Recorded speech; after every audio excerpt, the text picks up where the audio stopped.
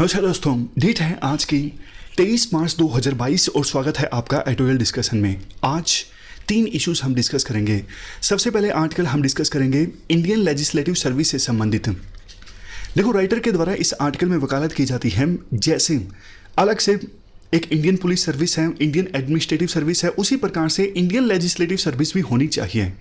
उसके बाद दूसरा आर्टिकल कोविड-19 की वैक्सीन और इक्विपमेंट्स के लिए पेटेंट वेवर से संबंधित है।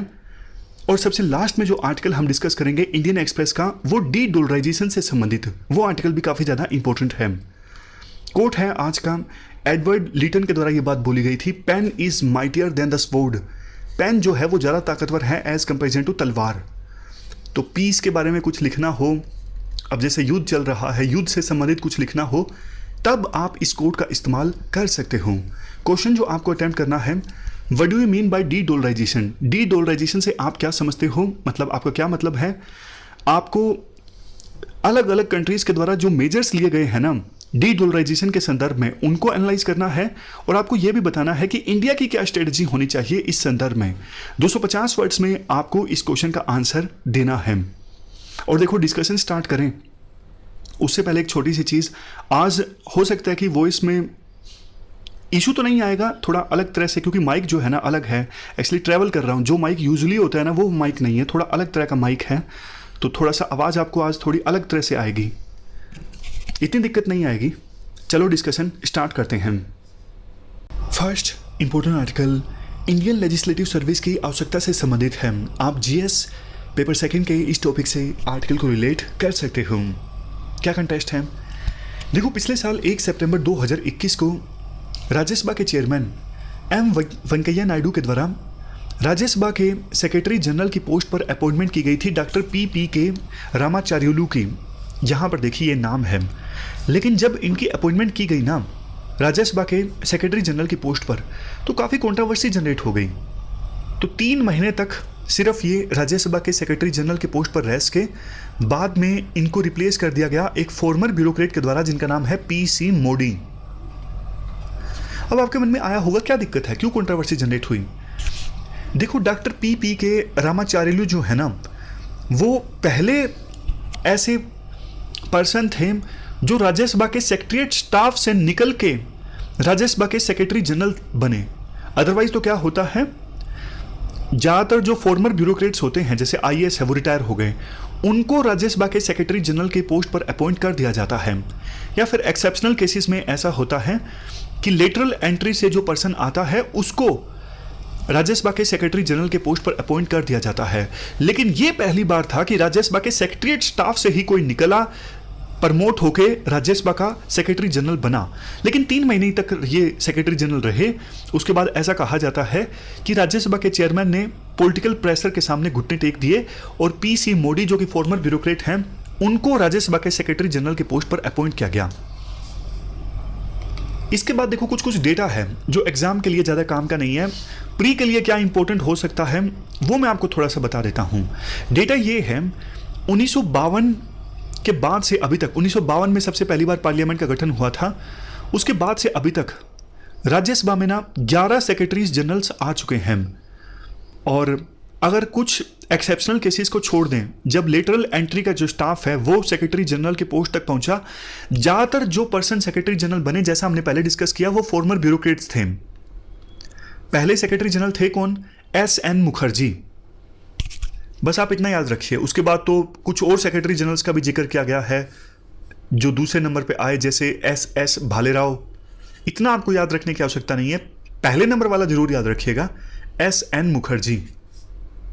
इसके बाद अगर देखो इसी ट्रेंड को हम लोकसभा में देखें, तो लोकसभा में अभी तक ऐसा हुआ है, 9 बार ऐसा हुआ है कि लोकसभा का ही कोई staff, including lateral entry officers, 9 बार ऐसा हुआ है कि लोकसभा का ही कोई स्टाफ सेक्रेटरी जनरल की पोस्ट तक पहुंचा।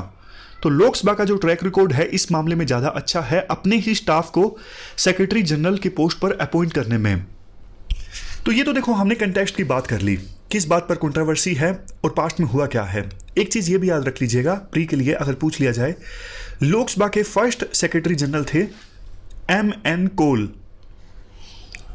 ये 1952 से लेकर 64 के बीच में इन्होंने लोकसभा के सेक्रेटरी जनरल की पोस्ट पर काम किया।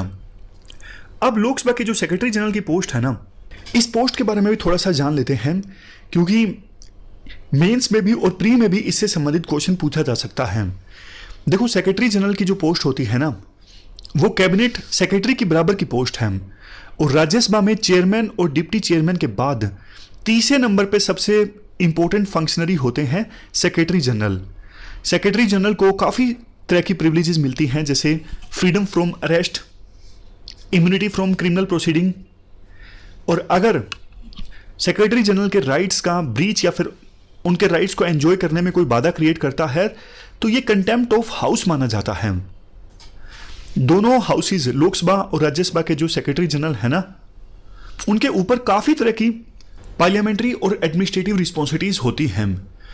और देखो, उस पर्सन को सेक्रेटरी जनरल की पोस्ट पर अपॉइंट करना चाहिए जिसको राज्यसभा या फिर लोकसभा जो भी हाउस है, उस हाउस के प्रोसीजर्स, प्रैक्टिसेस, प्रेसिडेंट्स के बारे में पूरा एक्सपीरियंस और नॉलेज हो।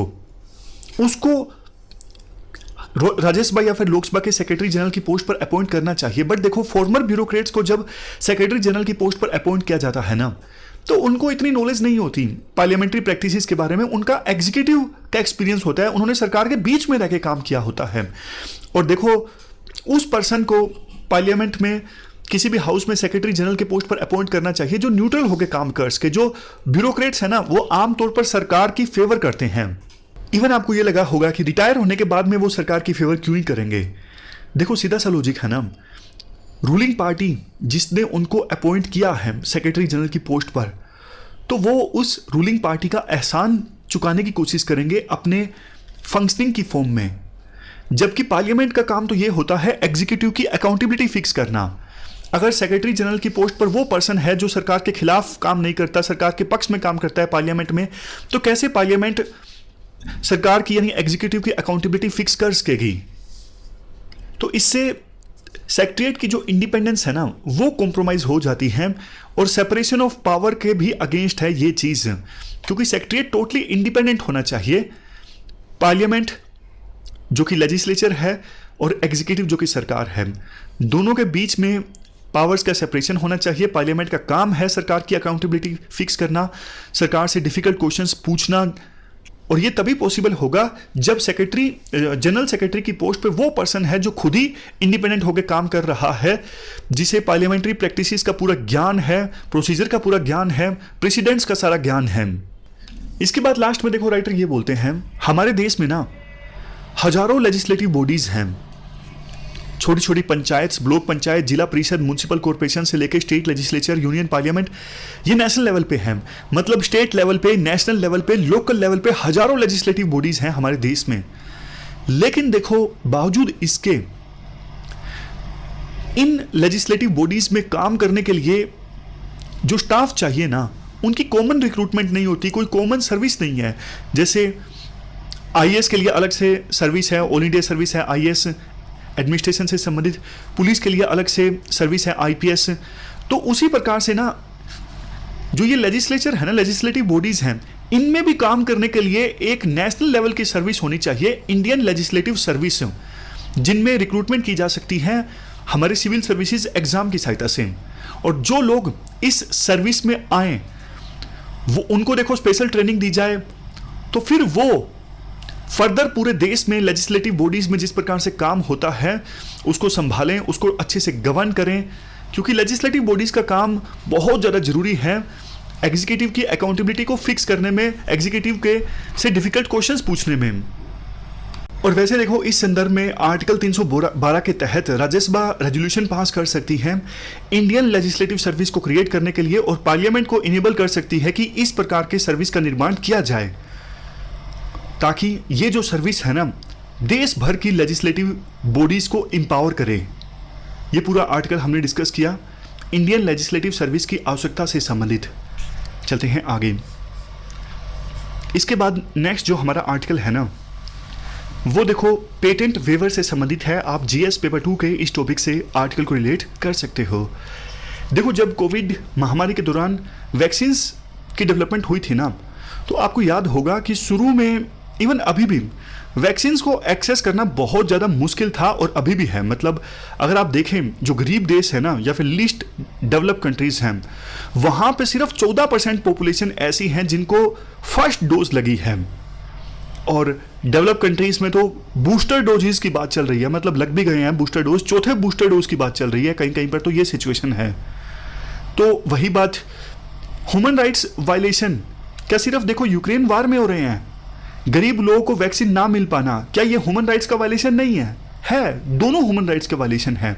यूक्रेन में जो हो रहा है सिविलियंस के साथ वो भी ह्यूमन राइट्स का वायलेशन है, लेकिन एक तरफ जहां बूस्टर डोज लग रही हैं अमीर देशों में, दूसरी तरफ गरीब देशों में पहली डोज भी नहीं लगी है, ये भी उनके ह्यूमन राइट्स का वायलेशन है, उनको भी जीने का अधिकार है। तो देखो इस सिलसिले में इंडिया और साउथ अफ्रीका ने मिलके WTO में ना एक प्रपोजल सौंपा था कि कोविड-19 से संबंधित जो वैक्सीन हैं या फिर इक्विपमेंट्स हैं ना, उनके लिए पेटेंट को वेवर कर दिया जाए। अब मोडेर्ना ने, फाइजर ने जो वैक्सीन बनाई है ना, ताकि ये वैक्सीन जो आम कंपनीज है ना वो भी मैन्युफैक्चर कर सकें और अच्छे से ये वैक्सीन उपलब्ध हों गरीब देशों में भी। लेकिन बहुत समय हो गया, कितने महीने हो गए, ऑलमोस्ट शायद 18 महीने हो गए, अभी तक तो इस पे कोई फैसला निकला नहीं है। पहले तो खास मतलब जाहिर तौर पर जो विरोध आया वो अमीर देशों की तरफ से आया, नहीं नहीं ऐसा कैसे कर सकते हैं, अगर पेटेंट को हमने माफ़ कर दिया तो फिर ड्रग कंपनीज के पास इंसेंटिव नहीं रहेगा ड्रग्स की इनोवेशन के लिए, ड्रग्स की डेवलपमेंट के लिए, तो हम पेटेंट माफ नहीं कर सकते हैं। शुरू में तो यूएसए भी खिलाफ था, लेकिन बाइडेन जब राष्ट्रपति बने तो उन्होंने माना कि हाँ हम पेटेंट वेवर के लिए तैयार हैं। लेकिन देखो बाद में जो सॉल्यूशन निकल के आया ना, इंडिया और साउथ अफ्रीका जहां समर्थक है कि पेटेंट में वेवर दिया जाए, दूसरी तरफ EU यानी यूरोपियन यूनियन, यूएसए, ये भी इस पूरे मामले में स्टेक होल्डर हैं। चारों ने जब चर्चा की ना तो एक कॉम्प्रोमाइज्ड आउटकम निकल के आई, यानी कॉम्प्रोमाइज्ड सॉल्यूशन निकल के आया इस मुद्दे पर। सॉल्यूशन क्या निकल के आया? सॉल्यूशन देखो ये निकल के आया, सबसे पहली चीज सिर्फ वैक्सीन को लेके वेवर दिया जाएगा और दूसरे कोविड-19 से संबंधित कोई इक्विपमेंट है या फिर दूसरी कोई चीज है उनको लेके वेवर नहीं दिया जाएगा। इसके अलावा कुछ और भी प्रोविजंस हैं सॉल्यूशन में। इस सॉल्यूशन का नाम है क्वाड सॉल्यूशन, मतलब पेटेंट वेवर को लेके जो डिस्प्यूट है ना WTO में कि कोविड-19 से संबंधित वैक्सीन और इक्विपमेंट्स के लिए पेटेंट वेवर मिलना चाहिए या फिर नहीं मिलना चाहिए, इसका जो सॉल्यूशन निकल के आया है उसका नाम है क्वाड सॉल्यूशन। तो क्वाड सॉल्यूशन में एक चीज तो हमने डिस्कस कर ली कि सिर्फ वैक्सीन पे पेटेंट वेवर मिलेगा, इक्विपमेंट्स पे नहीं मिलेगा। दूसरी चीज यह भी कहा गया है वो देश एलिजिबल होंगे कंपल्सरी लाइसेंसिंग के लिए, यानी पेटेंट वेवर के लिए जो डेवलप कंट्री हैं और जिन्होंने 2021 में 10% से कम कोविड-19 की वैक्सीन को एक्सपोर्ट किया है, ये देश एलिजिबल हैं पेटेंट वेवर के लिए, यानी कंपल्सरी लाइसेंसिंग के लिए।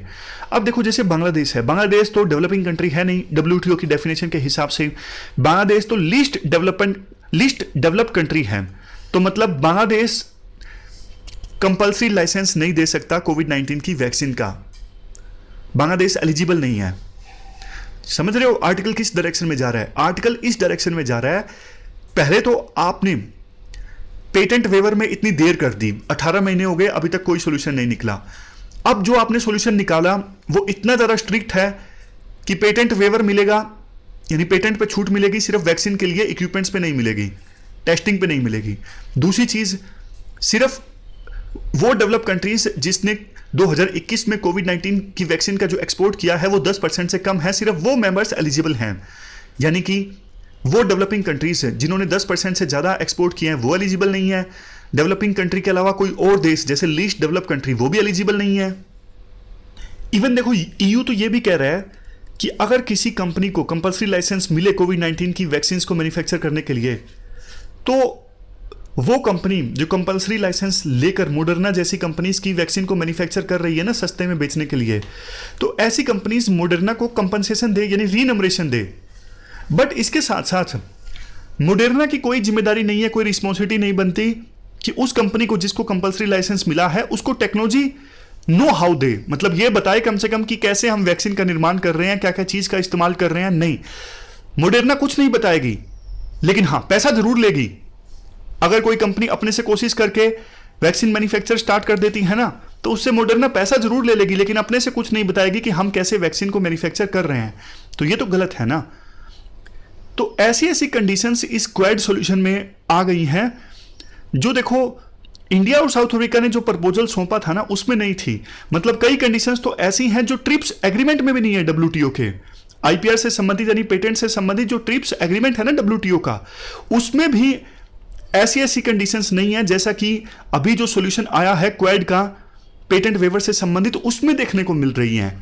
एक और एग्जांपल दिया जाता है, कंपलसरी लाइसेंस जिसको मिलेगा ना, उस कंपनी को सारी डिटेल्स देनी होगी, अपनी कितनी वैक्सीन मैन्युफैक्चर की, कितना एक्सपोर्ट किया, वो सारी डिटेल्स भी देनी होगी।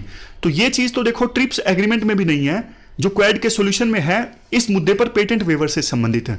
तो राइटर कहते हैं देखो इंडिया और साउथ अफ्रीका ने पेटेंट वेवर की जो एप्लीकेशन सौंपी थी ना डब्ल्यूटीओ में, कुछ सोच समझ के सौंपी थी कि गरीब देशों को इसका फायदा हो, लेकिन उसका मजाक बना के रख दिया है डेवलप कंट्रीज ने। अभी तक ना तो कोई सॉल्यूशन आया है, और जिस सॉल्यूशन पर बात चल रही है वो सॉल्यूशन ना होके एक प्रकार से फॉर्मेलिटी करने वाली बात है।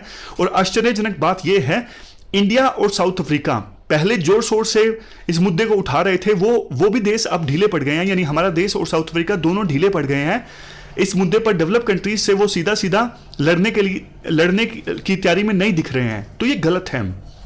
गरीब देशों में जो लोग रहते हैं ना, उनको भी वैक्सीन की एक्सेस मिलनी चाहिए, और ये तब पॉसिबल होगा जब पेटेंट वेवर मिल जाता है नॉर्मल फार्मास्यूटिकल कंपनीज को, वो भी मॉडर्ना और फाइजर की तरह वैक्सीन मैन्युफैक्चर कर सकें जल्दी से और सस्ते दामों में अवेलेबल करवा सकें गरीब देशों में। तो ये पूरा आर्टिकल हमने डिस्कस किया। अब हम आगे चलते हैं। इसके बाद नेक्स्ट आर्टिकल डी डॉलराइजेशन से संबंधित है। आप जीएस पेपर 3 के इस टॉपिक से आर्टिकल को रिलेट कर सकते हो। क्या कंटेक्स्ट है? सबसे पहले देखो, आप डी डॉलराइजेशन का मतलब समझ लीजिए, उसके बाद हम कंटेक्स्ट की बात करेंगे। देखो आज के समय में आप ट्रेंड देखिए, ज़्यादातर जो ट्रेड होता है, बेशक ऑयल का हो या फिर दूसरी कमोडिटीज़ का हो, वो डॉलर में होता है। इवन ज़्यादातर देश फॉरेक्स रिजर्व में जो पैसा रखते हैं ना, वो यूएस डॉलर में रखते हैं। जैसे इंडिया का जो अभी फॉरेक्स रिजर्व है 600 बिलियन डॉलर्स के आसपास का है, इसमें सबसे ज़्यादा कंट्रीब्यूशन है डॉलर का। इवन जो बायलैटरल ट्रेड एग्रीमेंट्स होते हैं, इन एग्रीमेंट्स के तहत जो ट्रेड होता है वो भी डॉलर में होता है। सिंपल भाषा में अगर बोलें, आज के समय में सबसे डोमिनेंट जो करेंसी है ना, वो है डॉलर। बट यूएसए ना इस चीज़ का गलत फ़ायदा भी उठाता है, जैसा कि अभी देखने को मिला यूक्रेन रशिया वार में। जैसे ही रशिया ने इन्वेड किया यूक्रेन के ऊपर, रशिया के ऊपर काफ़ी सारे सैंक्शंस लगा दिए गए। इवन रशिया को स्विफ्ट जो एक सोसाइटी है, जिसका पूरा नाम है, एक सेकंड रुकिए, आप यहाँ पर देखिए, स्विफ्ट जो एक सोसाइटी है, society for world wide interbank financial telecommunication, interbank financial transactions जब होती हैं उसके लिए मैसेजिंग सर्विसेज का काम करती है ये सोसाइटी। इस सोसाइटी से रशिया को निकाल दिया गया है, और डॉलर चूंकि वर्ल्ड में एक डोमिनेंट करेंसी है, इसका फ़ायदा उठाते हुए बहुत सारे सैंक्शंस लगा दिए हैं रशिया के ऊपर। तो इसके बाद देखो, विभिन्न देशों को भी कहीं ना कहीं ये डर लगने लगा है, फ्यूचर में यूएसए हमारे खिलाफ भी डॉलर को एज ए वेपन के तौर पे इस्तेमाल कर सकता है। तो इसी डर को एड्रेस करने के लिए कंसेप्ट निकल के आता है डी डॉलराइजेशन। डी डॉलराइजेशन का सिंपल मतलब ये है, ग्लोबल मार्केट में डॉलर की डोमिनेंस को रिड्यूस करना। मतलब अभी हमने जो डिस्कस किया, ग्लोबल ट्रेड ज़्यादातर ऑयल में होता है, फॉरेक्स रिजर्व में ज़्यादातर यूएस डॉलर को रखा जाता है। इस ट्रेंड को रिड्यूस करना और यूएस डॉलर के बजाय दूसरी करेंसीज में ट्रेड करना, दूसरी करेंसीज को खरीद के फॉरेक्स रिजर्व में रखना, ये मतलब है डी डॉलराइजेशन का। समझ गए? इसके बाद देखो, राइटर ये बोलते हैं डी डॉलराइजेशन पिछले काफ़ी समय में तेज़ी से हो ही रहा है। एग्जाम्पल्स दिए जाते हैं काफ़ी ज़्यादा। यूएसए के जो मेजर एडवर्सरीज हैं ना, दुश्मन देश हैं, जैसे रशिया और चाइना, इन्होंने काफ़ी पहले ही डी डॉलराइजेशन की प्रोसेस स्टार्ट कर दी थी, क्योंकि इनको भी अंदेशा था कभी ना कभी ऐसा दिन आ सकता है जो आज रशिया फेस कर रहा है। इसी वजह से रशिया और चाइना पेमेंट सिस्टम को इंट्रोड्यूस किया गया है स्विफ्ट को बाईपास करने के लिए। इवन रशिया का SPFS यानी system for transfer of financial messages, ये स्विफ्ट सोसाइटी का अल्टरनेटिव है रशिया की तरफ से, और चाइना का अल्टरनेटिव है स्विफ्ट का CIPS यानी cross border interbank payment system. तो ये दोनों कंबाइन करके अभी काम कर रही हैं स्विफ्ट के अल्टरनेटिव के तौर पर। इसके साथ साथ देखो रशिया ने डी डॉलराइजेशन का प्रयास 2014 में ही स्टार्ट कर दिया था।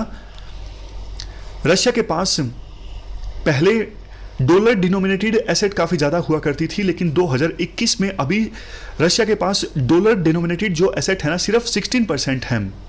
और भी देखिए आप, इवन रशिया ने डॉलर की फॉर्म में होने वाले ट्रेड को भी पिछले कुछ सालों में काफ़ी ज़्यादा कम कर दिया है, खास करके 2014 के बाद से ही।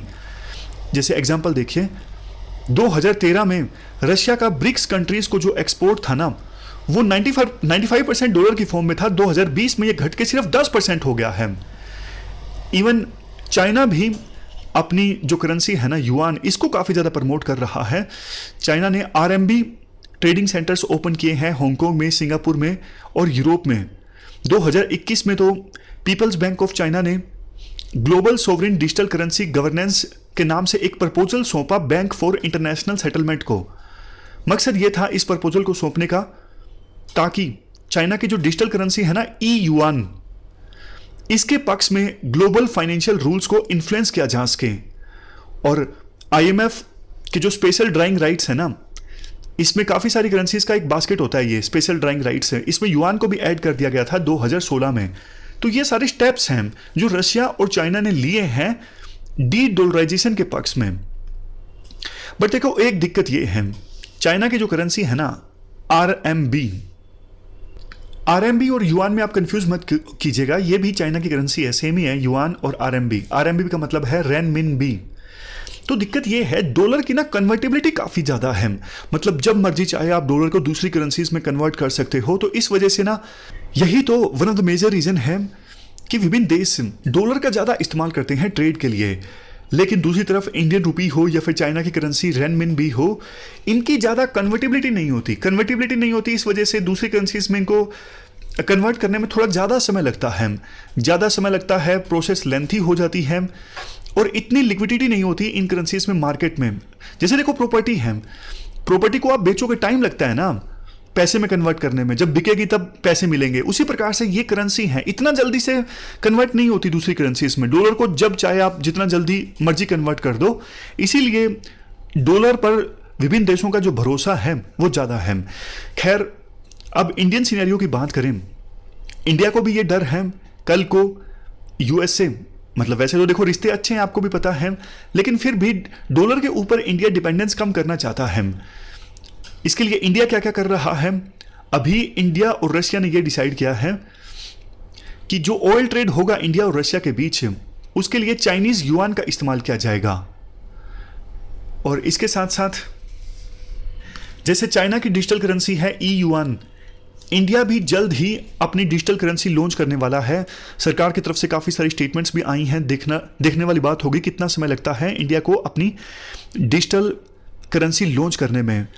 अब इंडिया और क्या कर रहा है, इंडिया देखो फॉरेन फॉरेक्स रिजर्व में यूरोज और गोल्ड जो है इनका कंट्रीब्यूशन इंडिया इंक्रीज कर सकता है डॉलर पर अपनी डिपेंडेंस को कम करने के लिए। इंडिया के पास और बहुत सारे ऑप्शंस हैं डी डॉलराइजेशन के लिए। जैसे देखो रशिया इंडिया ट्रांजैक्शंस में जैसे अभी बात चल रही है युआन का इस्तेमाल किया जाएगा, दूसरी करेंसीज का इस्तेमाल किया जा सकता है। Even Iran, BRICS, SCO members के बीच ट्रेड करने के लिए नेशनल या फिर दूसरी डिजिटल करेंसीज का इस्तेमाल किया जा सकता है। अब लास्ट में राइटर एक बात ये बोलते हैं, देखो उसी करेंसी को ना विभिन्न देश अपनाएंगे जिसमें आसानी से कन्वर्जन हो। इसका एक ऑप्शन है SDR, स्पेशल ड्राइंग राइट्स। ये देखो एक इंटरनेशनल रिजर्व एसेट है जो IMF के द्वारा क्रिएट की गई है ताकि विभिन्न मेंबर कंट्रीज के ऑफिशियल रिजर्व को सप्लीमेंट किया जा सके।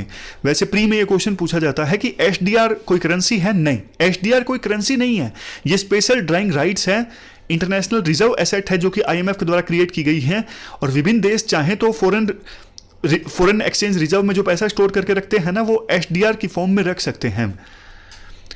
SDR के साथ ना कन्वर्जन आसानी से हो जाता है, मतलब कि जैसे इंडियन रुपी है, हमारे पास SDR है, SDR को इंडियन रुपी में कन्वर्ट करना हो तो बहुत आसानी से किया जा सकता है।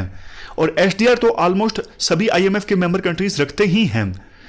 तो फिर ना डॉलर का अल्टरनेटिव हो सकता है SDR, समझ गए? SDR में काफ़ी सारी करेंसीज आती हैं, मतलब एसडीआर एक बास्केट की तरह है, टोकरी की तरह है। तो एसडीआर की टोकरी में US dollar, euro, Chinese yuan, Japanese yen, British pound, ये सब करेंसीज आती हैं। तो एसडीआर को प्रमोट किया जा सकता है डॉलर के अल्टरनेटिव के तौर पर। इसके बाद लास्ट में अगर देखो कंक्लूडिंग रिमार्क्स की हम बात करें, देखो बेशक डॉलर आज के फॉर्म में अभी भी सबसे स्ट्रॉन्ग करेंसी है पूरे वर्ल्ड की, लेकिन जैसे जैसे अब एशिया के कंट्रीज का इमरजेंस हो रहा है, जैसे रशिया का थोड़ा कम हो रहा है, चाइना, इंडिया, तो वैसे वैसे देखो डॉलर के ऊपर जो विभिन्न देश हैं अपनी डिपेंडेंस को कम करना चाहेंगे। तो वही चीज है डॉलराइजेशन, जिसके बारे में हमने आर्टिकल डिस्कस किया। हमारी आज की इस डिस्कशन में इतना ही है। आज हमने टोटल काफ़ी सारे आर्टिकल्स डिस्कस किए। Thank you very much for discussion.